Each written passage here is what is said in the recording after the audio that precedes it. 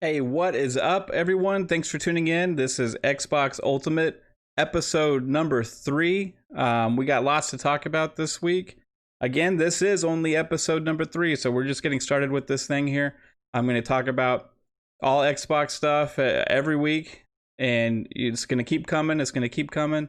So tune in. You can catch me on Twitter at Fun Speculation, YouTube at Fun Speculation, where you can see a video of this podcast actually on there.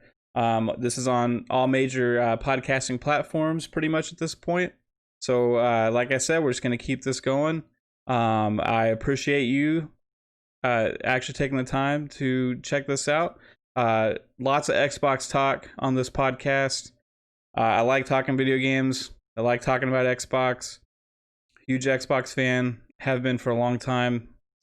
So let's get started with this week. And what I like to get started with now is maybe something fun to speculate about. You know, that is my Twitter handle and everything. So something fun to speculate about. This week, I wanted to talk about Microsoft acquisition because there's been quite a bit of rumor with some of Phil Spencer's comments at in the past over the last couple of weeks, where he's been alluding to some big announcements Game Pass related. Also, Microsoft had some financial stuff come out where they're talking to investors, and they actually made a point to notate that acquisitions for Game Pass was something still being looked into greatly. So I wanted to talk about some studios maybe that would be pretty cool, you know, for them to invest in. So when we go and think about this, we know WB Games is kind of maybe off the table at this point. They've said they're not going to sell. They've talked about, you know, consolidating their teams and stuff like that. So maybe something there is on the table, but there's one studio that I think would be absolutely perfect. One studio that has a history with Microsoft. A history with Microsoft's biggest franchise. A studio that recently, in the last year, has severed ties with another publisher that they had to deal with. Somebody that maybe has made a recent move with Game Pass and Microsoft to promote one of their products. Maybe that could mean something is in the works behind the scenes. We don't know yet. We don't know right now. But if it happened, if Bungie became a Microsoft studio once again, it could become the number one developer in Xbox Game Studios right away. Think about the possibilities here. All of a sudden, Microsoft would acquire Destiny. Microsoft would acquire Bungie. Now, that doesn't necessarily mean that 343 would be taken off of Halo. At that point, Microsoft would have Halo and Destiny. Those are kind of similar in a lot of ways, right? At that point, I think it would make sense to keep developing and supporting on what Destiny has built. But also, it would make sense to have Bungie help with Halo. You can't... It's been 5 years since the last major Halo game, okay? Halo is too important and too big to go that long between major releases. But the scope of these games is too big for one studio. You need more than one studio working on Halo. You know, you look at what Activision did with Call of Duty. Now, that's not necessarily what I have in mind for Halo. But we've seen what happened with this launch with Halo getting delayed. That now Microsoft doesn't really even have anything else first party at launch. They have exclusives, third party exclusives. They have other great games, and it's still going to be the best place to play. because it's going to be the most powerful console. But they are lacking in first-party exclusive games at the launch of the console. That is one of the reasons why they've acquired all these studios recently. And that's why they're going to continue to invest, because they want to invest not only in that, but they want to invest in Game Pass. Game Pass is the next-gen platform. Series X is just the top device to play that platform. Bungie could also make Halo games. They could also work on Destiny and keep supporting that game. They could also create something brand new. The reason that Bungie originally wanted to separate from Microsoft, a lot of people have speculated in the past, and that a lot of the developers have said, is that they wanted to be able to create something new, but Microsoft needed them to make Halo. Well, it turns out it was kind of true. They did need Bungie to make Halo, because 343, even though as good as they've been, they're still not Bungie. And they've dropped the ball again at the launch of the Series X. Now, a lot of things are stacked against them, and I do like their vision on where they're going with Halo Infinite. But there is a lack of confidence that a lot of people have in them. You see the quality of games that Bungie puts out. The quality of their game is never questioned. I would love to see what a 2025 Halo game would look like made by Bungie. That would be insane. What if every 2 or 3 years we got a great Halo experience split up between 343 and Bungie, and there was more variations on what a Halo game meant, more different variations on the genres. For as big of an IP as Halo is, as big of a product it is, it hasn't been handled well in recent years. So that would be my thing. That's what I'm speculating. That's my fun speculation. That's my fun thing. That's the thing that I would like to see happen. It's possible. They have a history there. Destiny 2 has made its way to Game Pass. You have new content dropping for Destiny 2 that's going to be on Game Pass day one. There could be something happening behind the scenes here, guys. So we'll see. But transitioning from that, going kind of into Halo now, and this is going into some of our main topics here. By the way, we're going to be talking about Fortnite, Apple, Google. We're going to be talking about all the games coming out soon. We're going to be talking about some other stuff too. But going into Halo here, Xbox launching the console without Halo. This was going to be the first console to launch with Halo since the first Xbox. And now they don't have that. And because they put so much on the table with Halo, when that's delayed, now they don't have anything else. This is bad foresight by Microsoft and Xbox to not have as many games in development. Now, they didn't have all these first-party studios. They had always been a kind of making third-party deals type company. And they kind of got away from that with Phil Spencer, and then they haven't acquired all the studios yet. So they kind of have been in a transition phase. So we're a few years away from seeing all these next-gen exclusive games come out that are first-party. But it would have been nice to see them maybe invest in some, fund some third-party projects to bolster that launch lineup. Maybe, have something else interesting, just something else besides just what they were banking on, which was Halo. Because when you put all your chips in one basket and then you move that basket away, it leaves people wanting a little bit more. Now, but what does it look like without Halo? Well, it looks pretty good. Now, not first party. All the first party stuff this year is coming out before launch of the Series X. So You know, you got Battletoads coming out. I think next week or within a few days. Battletoads is coming out. You got Flight Simulator. You have Gears Tactics. Just all of these, you know, releases that are coming out. Not, and I'm not just talking about first party games here.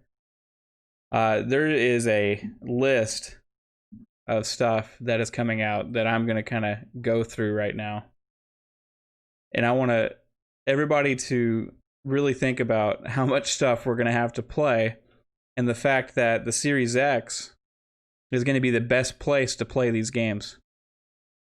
Cyberpunk, that's the big one. Assassin's Creed Valhalla, that's a big one. Outriders, that game looks pretty cool. The Avengers, the Kingdoms of Amalur remaster. That game was awesome if nobody's ever played it. That game has a really interesting history also. We'll maybe go into the history of that game in a different episode, but people in Rhode Island know what I'm talking about. Tony Hawk, real soon. The Medium, that's an exclusive, a launch exclusive. And that game looks good. You know, we don't know how great it's going to be. And that studio that is making that game has also been a studio that people have been saying, hey, maybe Microsoft could get those guys, because they're starting to develop a little bit of a history and a rapport with Xbox, with making their games on the Xbox platform and on Game Pass. So that would maybe be a good fit, Bloober Team. We'll see how good that game is. You know, it looks really interesting. There's The Ascent, and they highlighted that game at the original game showcase, the third-party games showcase they had back in May. Watch Dogs Legion, that's a big one. Star Wars Squadrons. I mean, there's just so many games. Not to mention the yearly type games, you know, like Madden and NBA and a possible Call of Duty release and all of that stuff. So we got Battletoads, Dirt 5, Mafia Definitive Edition that looks really cool. And, you know, Crash 4, Yakuza Like a Dragon, all these games, and all of them are going to play best on Series X. Who has time for all of that? I know I don't. So is it okay that Halo was delayed? If you look at everything coming out, yes, it's okay. It still hurts because all of us were really excited. Anybody that's a Halo fan was really excited. But, you know, that's what it looks like this year on Xbox without Halo. You know, we don't have a Forza. You know, we don't have any of these other major big-time first-party games coming out. But, you know, we'll see next year and the year after that, it's going to start to increase. These releases are going to start to be where we're going to have 2 or 3 of these major first-party games release every year. And that's where Xbox is heading. And not only that, but they're all going to be on Game Pass day one. So the value there is crazy. Get excited for that, guys. You know, it's just such a good time for video games. Such a good time for Xbox. If you're a PlayStation fan, it's such an amazing time with all these games coming out. So much to do, so much to play. So with talking about Halo and Game Pass, you know, there's the Xcloud. Xcloud is going to provide people all of those ways of playing those games on different devices and things. And I've just been trying out the beta. It's pretty cool. You know, it's not perfect yet, but the technology is pretty awesome. Now you bolster that with 5G coming out. You bolster that with the technology for the cloud streaming is just going to keep improving and getting better. The future of this platform is insane. People just aren't ready, you know, for what it could possibly be in the coming years. 4 years from now, imagine it's just going to be the norm. You know, it's going to be the norm to be able to play a game like Cyberpunk 2077 on your tablet or phone, and have a really good experience. So, that's crazy. Now, companies right now, getting into this next topic, are putting restrictions in place, that are preventing us from being able to do things like that. Or they've had these restrictions in place, but they're not removing them. And all these topics I've kind of gotten into a little bit on some of my YouTube videos.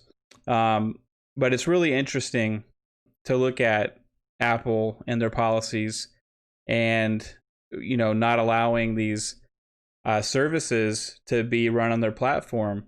And it's anti-competitive, and it's basically taking the ability for innovation and things to move forward, because they want control of everything that happens on their platform. They don't want they want to be able to review and rate every game. They want to be able to sell all the games that are played on their platform through their own subscription or through their own in-store purchases.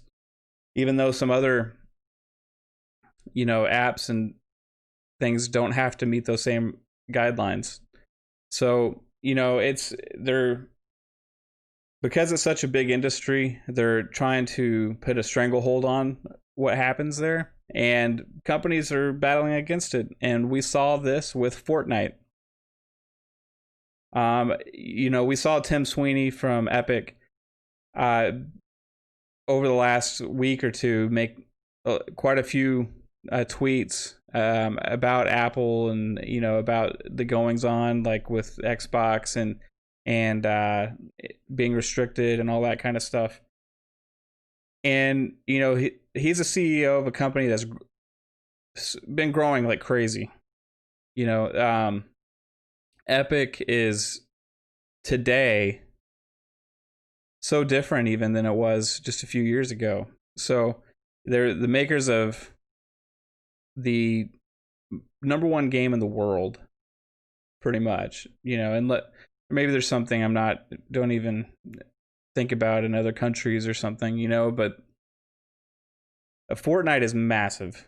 Okay, so he holds a lot of weight with these things. In fact, he kind of bullied PlayStation into the whole crossplay. So what they did here is Epic went and they undercut Apple in their in-store on the App Store through their own in-store purchase method. Okay, so you could go and you could pay Epic directly and not have to pay the extra 20 or 30% or whatever it is that Apple gets. Okay, so if you buy it through Apple directly, you pay more, or if you buy it through Epic directly, you pay less. Okay, so that's what they're trying to do, is put a spotlight on it. And Apple doesn't like that, and Apple removed Fortnite from their App Store, which is crazy. It was anticipated. They knew that this was going to happen when they did this, when they put those prices out. They knew what Apple was going to do. They had this whole video even prepared ahead of time, in an in-game engine type video made as a parody of their 1984 commercial. They had legal stuff already ready to go to file suit against Apple, and they did that. And yesterday when I made a video about this all, was before Google actually did the same thing, because they didn't just do it to Apple, they did it to Google. And Google is also being blocked out of the Apple Store for Stadia. So there's like a triangle of battles going on right now. Apple's blocking Google Stadia, blocking Xcloud. So you have Apple, Google, Microsoft, all really not getting along that great right now. Okay, Google is allowing Xcloud on their platform, on the Android devices, but they're cutting out Epic, right? So I think Google and Microsoft are kind of okay right now, even though they have competing platforms with Stadia and Xcloud. I think they both want to see game streaming go to the next level, and they're on the same page there. Epic wants their games to not be restricted by a monopoly storefront. They want control over their purchases, and they don't want a place like Apple to be able to block everything from happening on their platform. So it's really interesting. You got this triangle of dynamics going on, and all these companies are battling over a pie. So if you have, let's say something sells for $10 and there's a 30% profit there. Okay, there's a 30% profit margin, and so that's $3 out of that $10 sell. Everybody's fighting over that $3 right now. Who gets it? Who does it belong to? Can we provide it as a discount back to the consumers and make them only pay $7? That's what Epic was trying to do on their side, because they already make profit in the other $7, right? They don't think it's fair that their consumers should have to pay more just to buy it through Apple, right? So there's that side. Then there's the side of the devices where, hey, this is our platform. We're providing you the customers, right? So therefore we should get that cut. And they want 30%. Then you have companies like Microsoft, where they already have their own storefront, their own platform, their own devices, and they're trying to allow you access to their platform through another platform. And Apple doesn't like that. So, it's interesting how this is all going to play out with the new digital age happening with games. This is bound to happen at some point, where you're going to have these billionaire companies and trillionaire companies start duking it out over consumer rights, digital distribution methods, who gets what part of the pie, all that kind of stuff. So that's what we're seeing right now. And Epic is kind of leading the charge with this, because they know that they have the most influence with to consumer people. They have the easiest way of providing a message to people that, hey, this is something that you love, but now you don't get it because of this, right? So you had Fortnite, now you don't have it, and it's because of this. So they're going to put pressure using that on these larger companies to get that changed, and we'll see what kind of ramifications that has. I don't know, exactly 100%. I'm not smart enough to know 100% which one's right. My heart leans towards Epic and what they're trying to do. I think they're trying to make a difference that will help other developers in the future. The other people from not being restricted and being able to have a more open platform for everybody. So, there's always an upside and a downside to everything. I think if Epic wins this battle, the upside is greater than the down. So that's who I'm personally rooting for. I think ultimately, if Apple is just going to keep fighting this game, it's a game they're going to lose, because you don't fight a battle against video games and win. They're trying to push their Apple Arcade, and they want to keep that, and they want to present that as the only option really for subscription service on their platform for gaming. And I don't think that's going to fly with people as things keep changing with technology. So let's hope that things change with that, because I want to play games on my iPad and my iPhone that I already bought on my Microsoft devices. I would like in the future, if Sony puts their exclusive games day one on their PlayStation Now platform, for that to be an option as well. Talk about a kill shot. If Sony actually did that and made all of their games their exclusive games day one available on PlayStation Now, and put everything on there, even if you sell it like for $14.99, like Xbox is doing, you make a deal with Apple. If Sony made a deal with Apple or something like that, yeah, I don't know how Microsoft could compete with that. Just because of the amount of exclusive games they've had in recent years. In coming years, it's not going to be a problem because in the coming years, 2 or 3 years from now, we're going to have all those exclusive games on Xbox that everybody's going to be jealous of, but it's just been a dry spell, right? It's been a dry spell of first party. So, I think it's definitely things are going in the right direction right now for gaming. And it's exciting to see. So, we talked about all those games. We talk about what Xcloud could mean, what Game Pass means. There's so many games, again, that's coming that's mind-blowing. We had all of that game showcase, those 22 games, all of those are coming to Game Pass. It's just crazy. Interesting thing is that all of those games I'm talking about, pretty much that I've been talking about, will be available this holiday, really, and around the launch of the Series X. The Series X could have possibly just had a leak on their reveal of their launch date. So Series X had a bunch of controllers out in the wild, okay?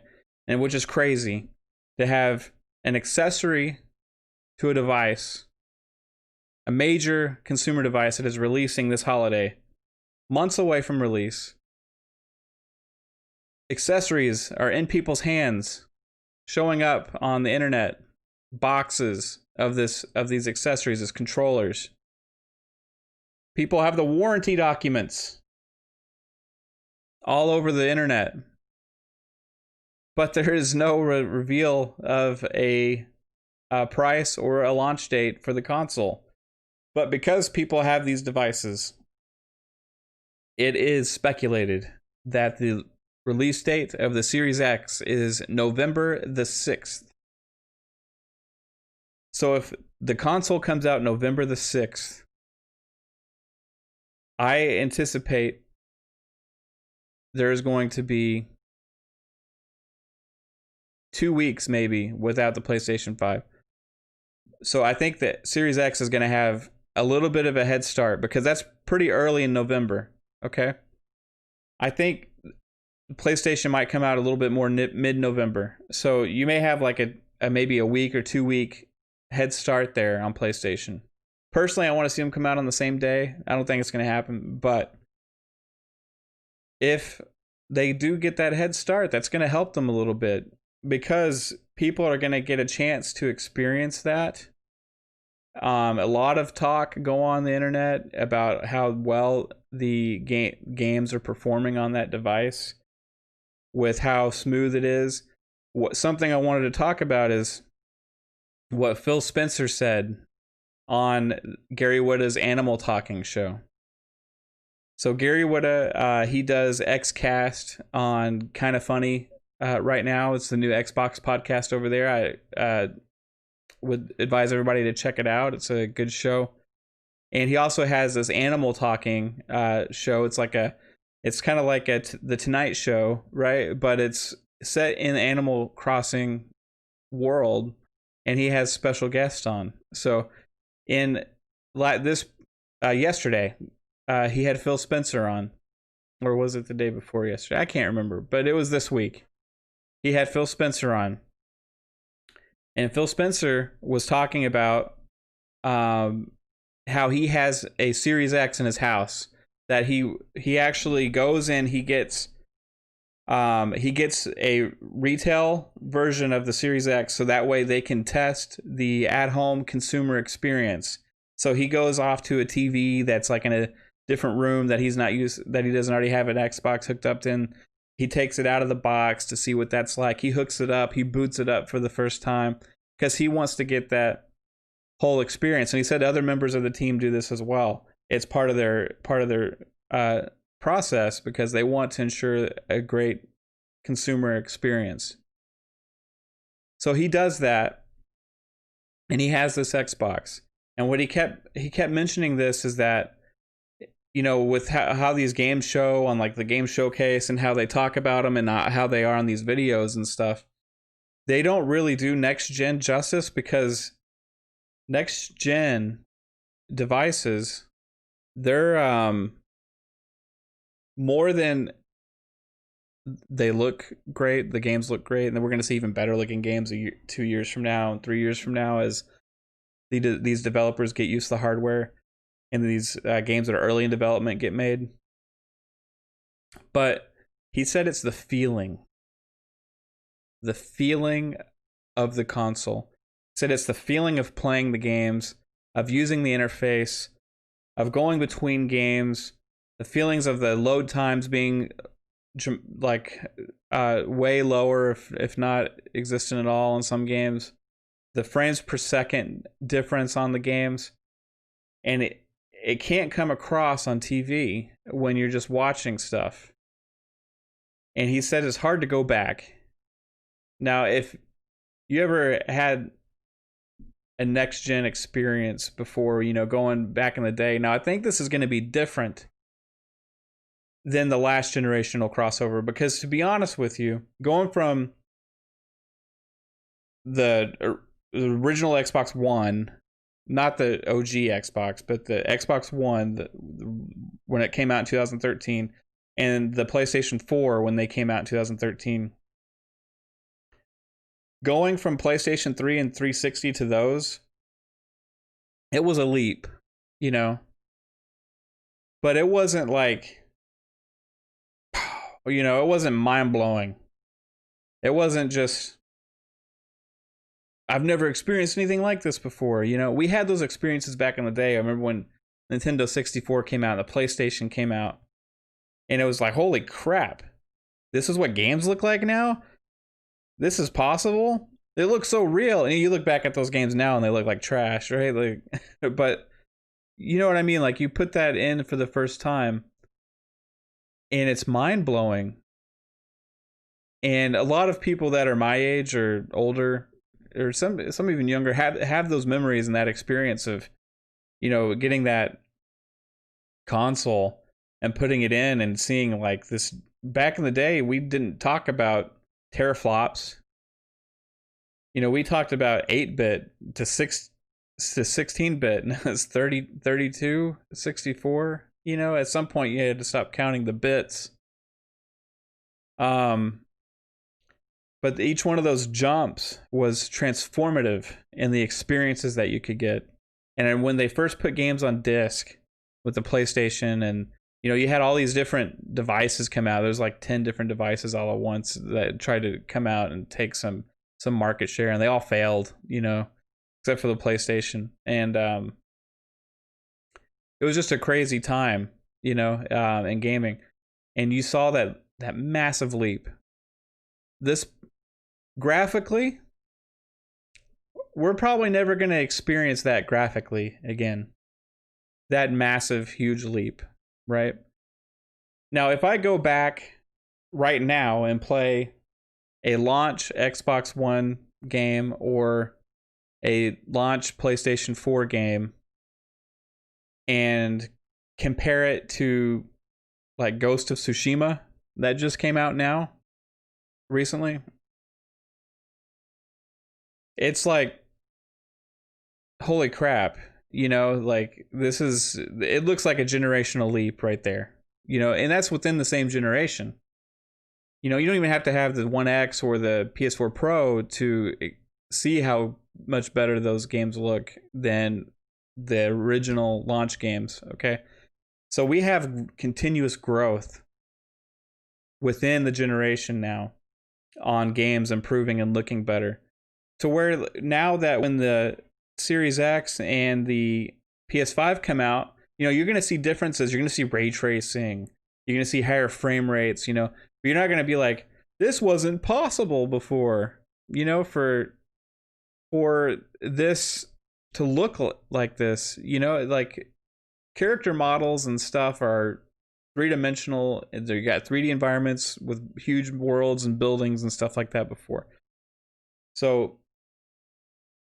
visually, things are going to keep steadily improving as technology gets better. And they're going to keep getting better, and the games are going to keep getting better. And this new hardware is going to allow the next 7 years of innovation to happen within that. Okay? So 7 years from now, when you're playing whatever the biggest, best release is that holiday, compared to what launches this year, it's going to be completely different. You're going to see a generational gap within that itself. But the feeling and the speed is something we're going to notice. And I think because of that feeling of the console that Phil Spencer's talking about, we're going to notice the biggest difference in gaming that we've seen since the jump to Xbox, the original Xbox, and PlayStation 2 from previous hardware. I think we're going to see massive improvement with the user experience, the user interface. We saw the videos of the Microsoft Store that people have that's in beta. It looks slick, it looks fast. Combining that with the hardware for the Series X, I think people are in store for different experience than we're expecting. I think this is something you're going to have to hold that controller in your hands. You're going to have to play the games. You're going to have to go through the menus. You're going to have to switch games. You're going to have to play something that runs 120 frames per second on 120 frames on a 120 hertz screen. And I think with all these things combined, you're going to be like, wow, this is what they were talking about. This is a generational leap, and it's not in a way I expected. It's not resolution. It's not graphics. It's technology. It's solid state drives. It's velocity architecture. It's ray tracing. I mean, just all these different little things that add up to one massive change. And that's next generation of gaming. And PCs, they're to get everything that you're going to be able to experience on a PlayStation 5 and a Series X is going to be pretty pricey, So, for a lot of PC gamers out there that swear by a PC, if you're in the market for a new one right now, I would maybe consider getting a console and just hooking it up to my PC monitor until it's more affordable to match the specs. Because these games are going to be designed for these platforms, and it's going to be pretty transformative and pretty crazy. So I'm excited for it. Now, November 6th, we're going to see that come true, at least according to leaked pictures and documents of the Series X and S controller. So, it's something else I wanted to talk about, because we have this Xbox Ultimate sale right now, which I think everybody should check out. They got some crazy good deals on there. I was going through it, I was realizing, wow, Game Pass is such a freaking good deal. And I keep talking about this, but I named this podcast Xbox Ultimate because of Game Pass Ultimate. And I just firmly believe that it's the future of gaming and the best deal in gaming. And when I was going through this sale and all these third-party games and everything, and so many of them are on Game Pass, and I was like, wow, I want to buy that. Oh, I already got access to it. Never mind. Red Dead Redemption 2 is on, well, I already owned that anyway, but it's on Game Pass. It's, you have all these games available on Game Pass. And a lot of them are on sale right now to purchase. So if you don't subscribe to Game Pass, or even if you want to see what else is there that's not on Game Pass, go to the Xbox Ultimate sale. Started today. I got using Microsoft Rewards, which is another great program you need to sign up for, because you just get money back for, you get rewards back for the money you spend. Personally, I always redeem them for Microsoft credit and then put that back and buy more games, right? So using my Microsoft Rewards credit, I was able to get Vanquish and Bayonetta bundle that was on sale. Both of those games, it was like $20 or so. Then you had Shadow of the Tomb Raider, which I never had a chance to play through. That was like $15, I think. And then I also got Bulletstorm, the newer edition that had Duke Nukem, and it was like $4 and something. There was so many massive games. These are not like crazy ultra popular games, but there were massive games on there, and most of them I either had because of Game Pass or because I'd already purchased already.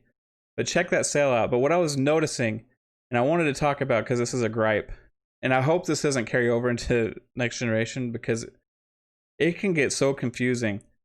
I was looking through the sale, and there's like 5 editions of the same games. You have Ultimate Edition, Definitive Edition, bundle. You have bundle versions. Game of the Year, because they want to keep making these games fresh to people and have them have a chance to purchase it. But wow, when you're going through, and like for me personally, I don't remember if I bought something sometimes because I have a pretty large library of games. And I won't remember, did I get that expansion for that game? I don't remember if I did, but it doesn't say when you're scrolling through if it was bought because it's a different version. It's in a different bundle, right? So sometimes you'll go through there and you'll see like 4 versions of a game that you don't even remember if you purchased one of the versions before, but just because the one you purchased isn't visible on the screen, you assume you didn't, So I'm hoping they clear up the storefront a little bit in the next generation, and not make it to where there's 5 or 6 different edition versions of the same game digitally. Maybe have like, this is the game, you click on it, and then there's a drop down that has all the versions that you can buy. That's just a suggestion, that's something I would like to see. But wrapping up this podcast for this week, I'm going to do this every week. I was trying to ask my wife for ideas, because I want to try and have a format to this. So, that's why I kind of started off with the fun speculation thing with Microsoft maybe acquiring Bungie. Then we talked about some of the main topics here, of the week. Halo delay and Fortnite stuff, and all these games coming out, how many games are coming out that it's mind-blowing. We're not going to have time to play them all, and there's something for everybody there. What's it look like at Xbox without Halo? We have too many versions of the same games. I just kind of griped about a little bit. But so my ending kind of thing I'm going to do is I want to have a Game Pass game of the week. So last week I kind of talked about Darksiders Genesis, which I've been streaming this week on Twitch. Follow me on Twitch also at Fun Speculation. And maybe you can watch me be horrible at some games. But the Game Pass game of the week I want to talk about this week is Halo Wars 2. And the reason I'm bringing that one up is because not a lot of people give the Halo Wars games the credit they deserve, and it's a shame because I want to see more of them. But both of them are really good games. And without Halo coming out this year, if you haven't played Halo Wars 2 and you are even possibly a Halo's fan, let's say you're a fan of RTS games in general, give that game a try, because surprisingly the story is pretty cool. Especially if you want to get knowledge of who the Banished are, who is the main protagonist group in Halo Infinite. Play Halo Wars 2 and learn about it. Play the expansion. I think it was Shadows Awakening. I can't remember the name of the expansion, but play the expansion because it's good. And all of it leads up to events that happened before Halo Infinite. So it is a must-play game if you're a Halo fan.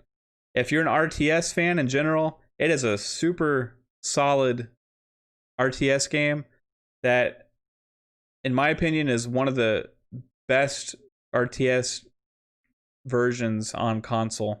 I mean, it plays well. It plays really well on console. And if you're a PC gamer, it is equally great on PC. That's another benefit of Game Pass, guys. You have options on these things. You know, you're not stuck on one platform. You can hop between them and keep your progress. And if you get bored there, you can grab your controller and go play on your phone. Crazy. That's 2020. That's 2021, 2022. It's going to keep growing.